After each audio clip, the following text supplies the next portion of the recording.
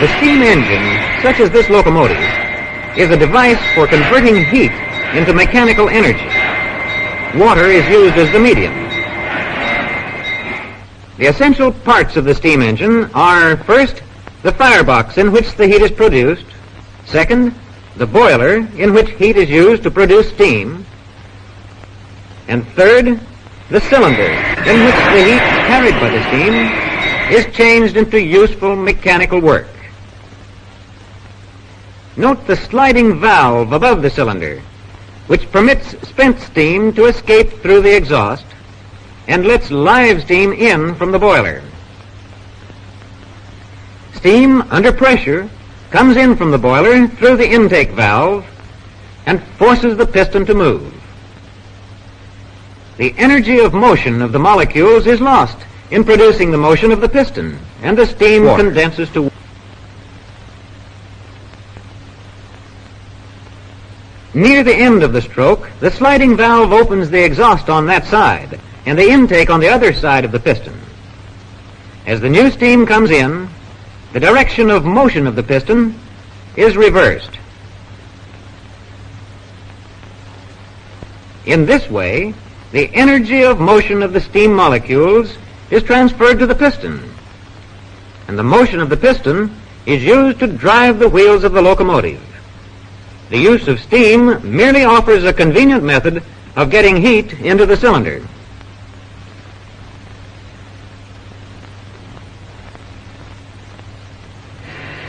Here is an ordinary wind wheel. When we let a blast of air strike the vanes of this wheel, it causes the wheel to turn. In much the same manner, the steam turbine. Here, steam is forced into a chamber, and the fast-moving steam molecules strike the curved buckets of a revolving wheel. It is the steam striking these buckets which causes the wheel to turn. The steam then strikes a series of stationary buckets attached to the housing. These change its direction and force the steam against a second rotor, which is also attached to the revolving shaft and adds to the torque.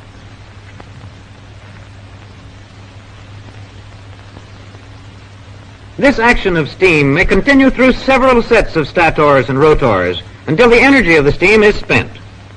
The steam enters the turbine under pressure, and as this pressure is reduced, the wheels must be larger nearer the exhaust end, since the steam has expanded to occupy more space.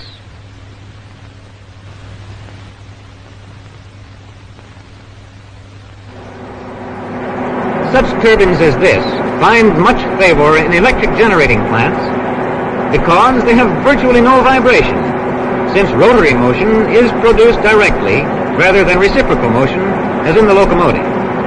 The turbine is at the left and the electric generator at the right. When an engine with light weight combined with power is required, the internal combustion engine is commonly used. Quick starting is another feature which makes its use almost universal in automobiles and trucks.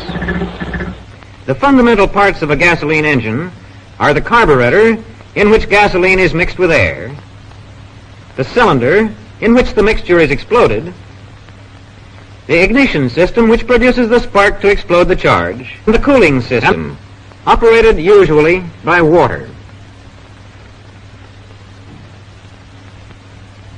In the four-cycle engine, the downstroke sucks the explosive mixture of air and gas into the cylinder through the intake valve. With the valves closed, this mixture is compressed on the upstroke. Near the top of the stroke, the spark ignites the gas, and the gas molecules drive the piston down to produce power.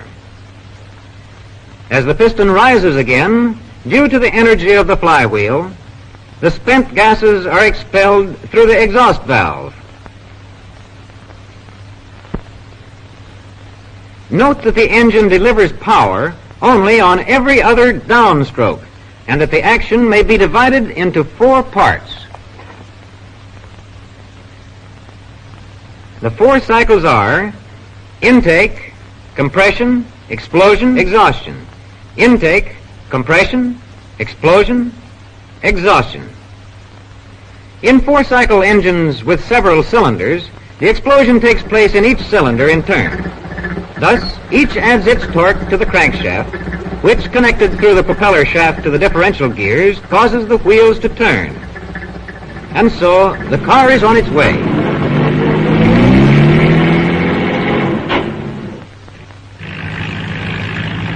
The diesel engine used in this tractor is similar to the gasoline engine, but lacks both a carburetor and an ignition system. It has a fuel injector.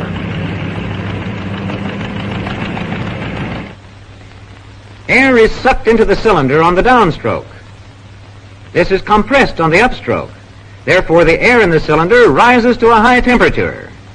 At this point, oil is injected and ignites because of the high temperature. The hot gas molecules force the piston down. On the next upstroke, the burned gases are expelled through the exhaust. Note the absent spark plug. The oil ignites spontaneously on injection due to the high temperature caused by the compression of the air.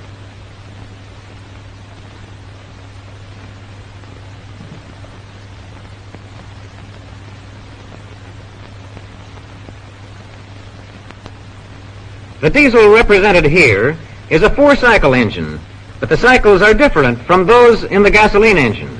They are air intake, compression, oil injection and explosion, exhaustion. All these engines convert heat into work.